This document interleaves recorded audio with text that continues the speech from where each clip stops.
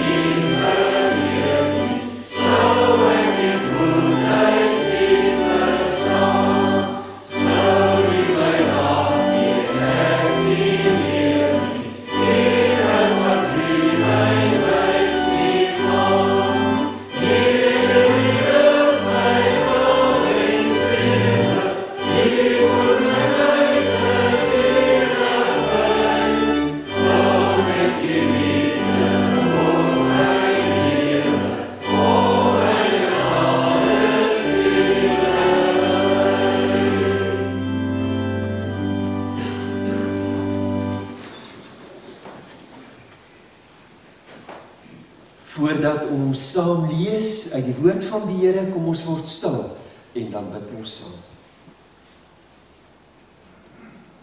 Hemelse Vader, baie dankie vir hierdie mooi herfsdonderdag wat U vir ons gegee het.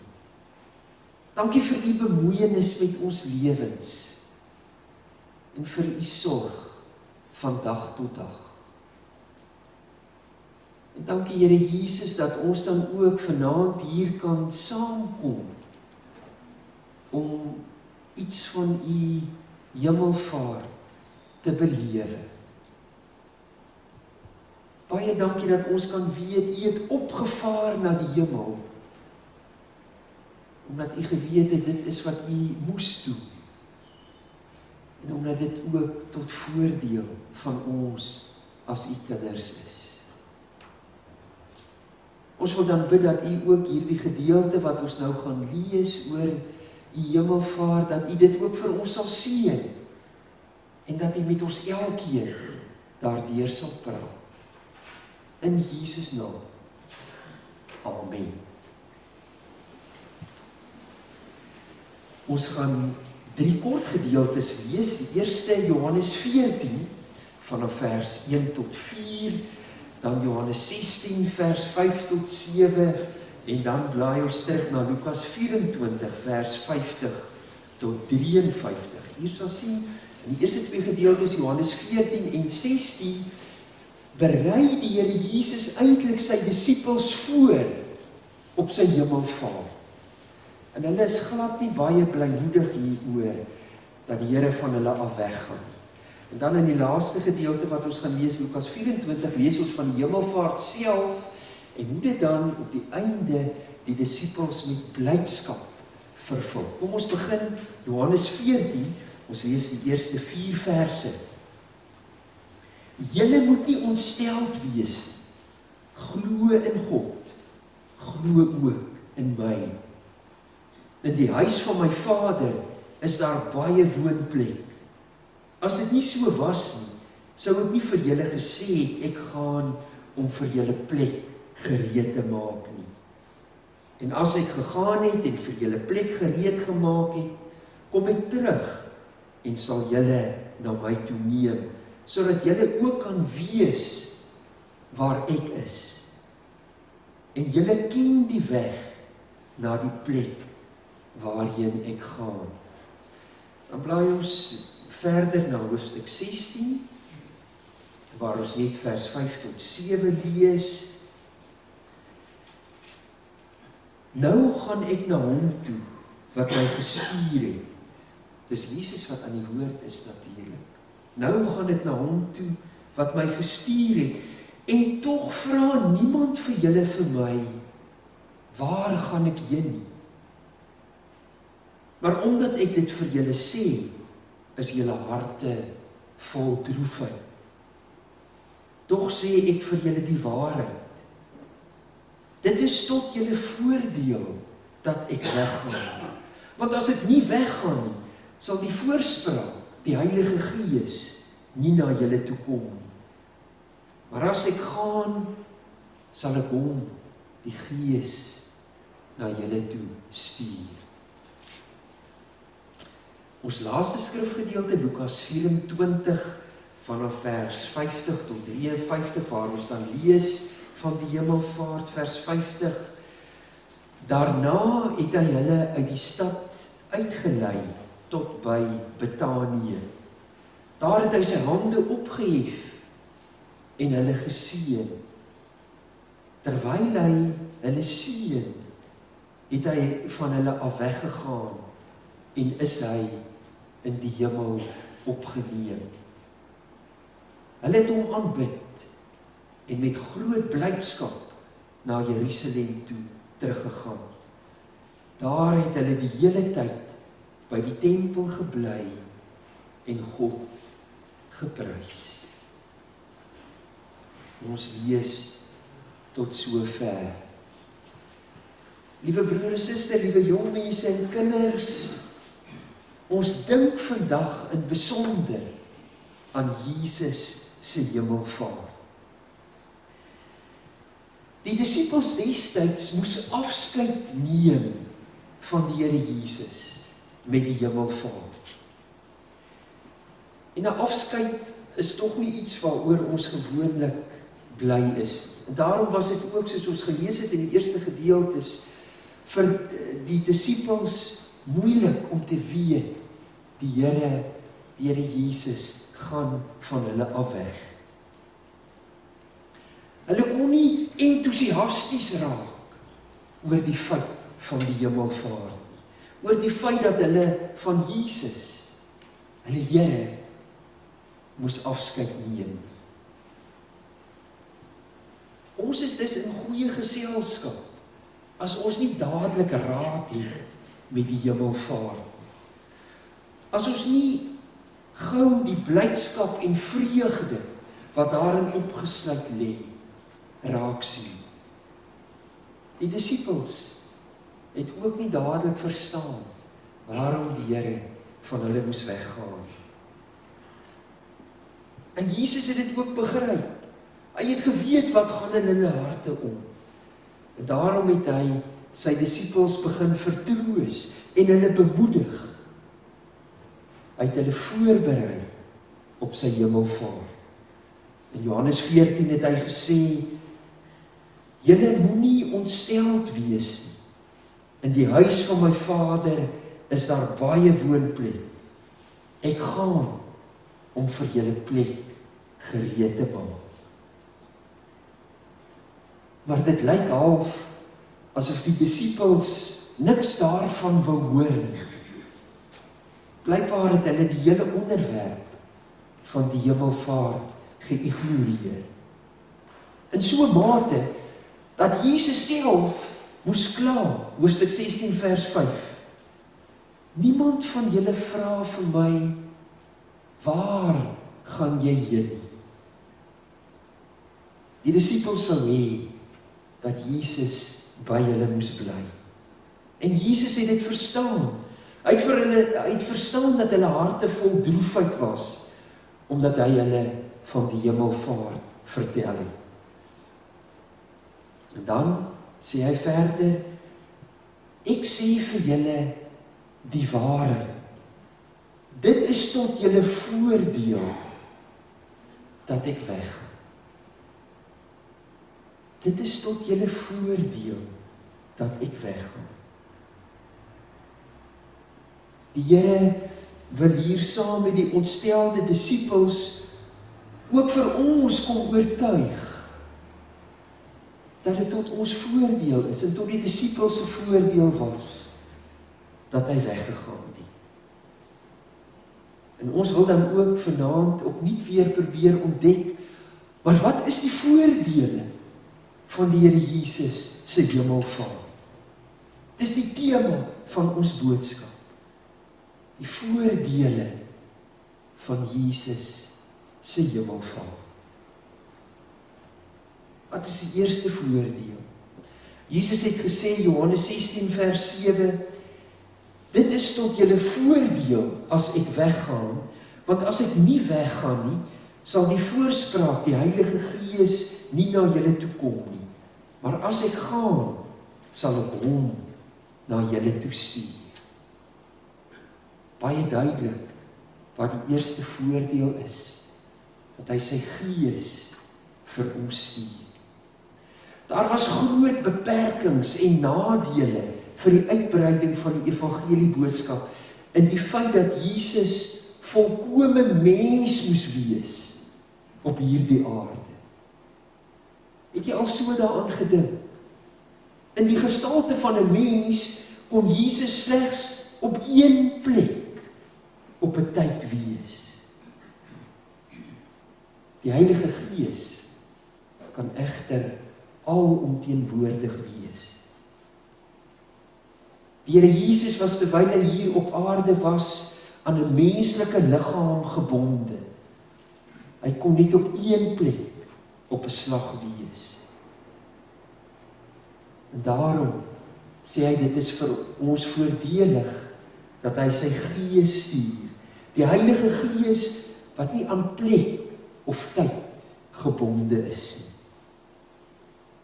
Dit hou vir ons elkeen die groot voordeel in, dat ons deur die werking van die Heilige Gees in ons lewens aan die Here Jesus self kan behoort. Dit was dus nodig dat Jesus moes gaan, dat hy moes opvaar na die hemel. Daar is ook 'n tweede voordeel van Jesus se hemelvaart. In 'n onlangse ondersoek, spesifiek onder Afrikaner mense, is bevind dat 'n groot persentasie Afrikaanse kerkmense nie meer in die hemel glo nie. En ook nie meer glo in 'n lewe na hierdie dood op aarde nie. Natuurlik kan 'n mens dit ook nie wetenskaplik bewys nie. Die hemel en die lewe na die dood kan slegs in die geloof aanvaar word. Ons kan dit maar net glo. En juist daarom is die hemelvaart, is die terugkeer van Jesus na die hemel so belangrik vir ons geloof.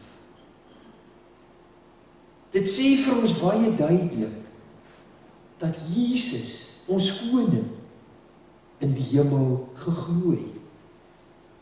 Dat hy in die lewe wat anderkant die grens van hierdie aarde bestaan, geglo het. En Jesus het dit nie net vir homself geglo nie, maar ook vir sy volgelinge. Luister maar weer goed na Johannes 14 vers 2, as Jesus sê, in die huis van my Vader is daar baie woonplek. As dit nie so was nie, sou ek nie vir julle gesê het, ek gaan om vir julle plek gereed te maak nie. Broer en suster, nou hang dit maar weer daarvan af, hoeveel vertroue ons in die Here Jesus het. Dit is per slot van rekening al waarop dit neerkom in ons Christelike geloof. Hoeveel vertroue het ek en jy in hom? Die hemelvaartsgebeurtenis wil ons geloof versterk, dat daar wel 'n hemel en 'n ewige lewe is. Jesus se hemelvaart bevestig dat ons op pad is na ons Vaderhuis. In die derde plek hou Jesus se hemelvaart vir ons nog 'n voordeel in. En die groot hervormer, Calvin, het baie aandag hieraan gegee. Dit is dat ons sedert die hemelvaart iemand van ons eie menslike vlees en bloed in die hemel het. Dat ons iemand het op die regte plek, die plek wat tel.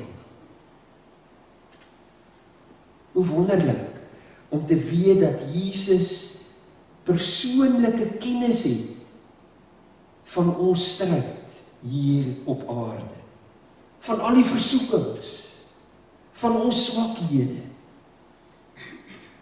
en nog meer, hoe wonderlik om te weet dat hy ons so lief het, dat hy reeds met sy eie bloed vir al ons oortredings betaal het. 'n sendeling wat jare lank in Zambië gewerk het, vertel dat hy daar baie te doen gekry het met jong Zambiese manne, wat hulle voorberei het om in Johannesburg se myne te gaan werk. En hy sê dat as 'n mens dan aan hulle gevra het, of hulle nie bang is om so ver na 'n vreemde land te gaan, en om daar te gaan werk nie, dan was hulle antwoord meestal, ja, ons is wel 'n bietjie bang, maar ons is nie baie bang nie, want sien, ons het reeds 'n broer daar. Ons het reeds 'n broer, wat gaan seker maak dat ons werk kry by die myn, en wat ook vir ons gaan sorg vir 'n blyplek. Ons het 'n broer in daardie verre land.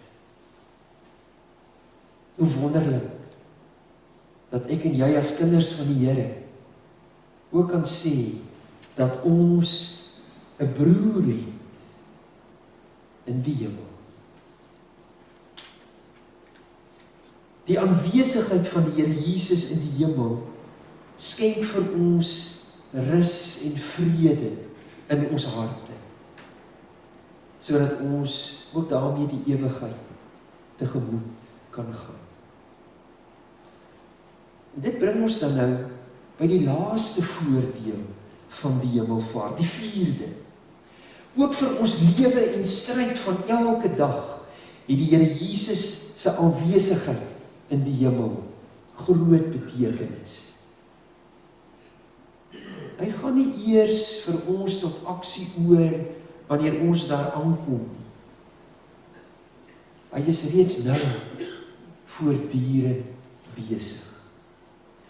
Paulus praat daarvan in Romeine 3 vers 34 as hy sê, Christus Jesus het gesterf, maar meer as dit, hy is uit die dood opgewek, hy sit aan die regterhand van God, hy pleit vir ons. Jesus pleit vir jou en vir my. Die 1933 Bybelvertaling het gelees, hy tree vir ons in. Hy tree vir ons in. Dit is wat Jesus nou besig is om te doen vir ons. Hy tree vir ons in by die Vader. Hy bid vir ons. Hy is in sy gedagtes voortdurend met ons besig. Jesus stel intens in ons belang. En in die Gees is hy altyd met ons verbonde. Hoe wonderlik om te weet dat ons op die Here Jesus kan reken. Hy is voortdurend aan ons kant. Hy kan vir ons almal optree vanuit die hemel, vanaf die regterhand van God. Ek sluit af. Liewe broer en suster, begryp jy nou hoekom Jesus gesê het, dit is vir ons voordelig dat hy weggaan, dat hy opvaar na die hemel. Ons kan weet, nou het ons sy Gees om ons van dag tot dag te lei. En ons kan maar nie bid tot die Gees en bid dat die Heilige Gees ook al hoe meer in ons sal werk. Jesus het ook met sy hemelvaart vir ons bevestig dat daar 'n hemel en 'n ewige lewe is wat vir ons wag. En ons kan ook weet, hy pleit vir ons. Hy tree vir ons in by die Vader. Daarom kan ons nie anders as om vanaand met blydskap en vreugde terug te dink aan Jesus se hemelvaart nie. Ons kan saam met die disippels bly wees, al was hulle in die begin toe Jesus vir hulle vertel het van wat gaan gebeur, al was hulle toe ongelukkig en wou hulle dit nie graag hê nie, wees ons dat hulle vol vreugde gevul was na Jesus se hemelvaart. Vol blydskap. Mag ons dan ook bly wees vanaand, omdat ons weet die Here Jesus het gedoen wat hy moes, toe hy opgevaar het na die hemel. Mag ons hom as ons enigste verlosser bly aanbid en loof van dag tot dag. Amen. Ons bid saam. Here Jesus, hoe wonderlik om weer vanaand te besef. Ons elkeen is vir U belangrik. U tree vir ons in by die Vader. Dankie dat ons kan weet, U hemelvaart is vir ons voordelig. Dankie vir U Gees wat U gestuur het, om ons verder in ons lewens hier op aarde te lei en by te staan. En ons wil bid, o Gees van God, dat U die eie ek in ons al minder sal maak, en dat U al meer sal word, en dat U vir ons gehoorsaam sal maak aan U stem in ons lewens. Ons wil ook bid vir die Pinkstertyd wat voor lê, en ons wil bid, Here, dat U dit ook vir ons as gemeente 'n besondere tyd sal maak, en dat U vir ons vanaf Sondag, as die Pinksterdienste begin, ook opnuut nader aan U sal trek. Ons bid vir Dominee Henry, wat ook besig is met sy voorbereiding. Ons sien daarna uit, Here, dat hy na ons gemeente moet kom, en ons wil bid dat U hom sal gebruik, dat U ook deur hom vir ons sal sê wat U wil hê dat ons moet hoor in hierdie Pinkstertyd. Wil U dan ook verder met ons elkeen wees die res van hierdie week en U hand oor ons hou. Dit vra ons nie omdat ons dit verdien nie, maar net uit U groot genade alleen. Amen.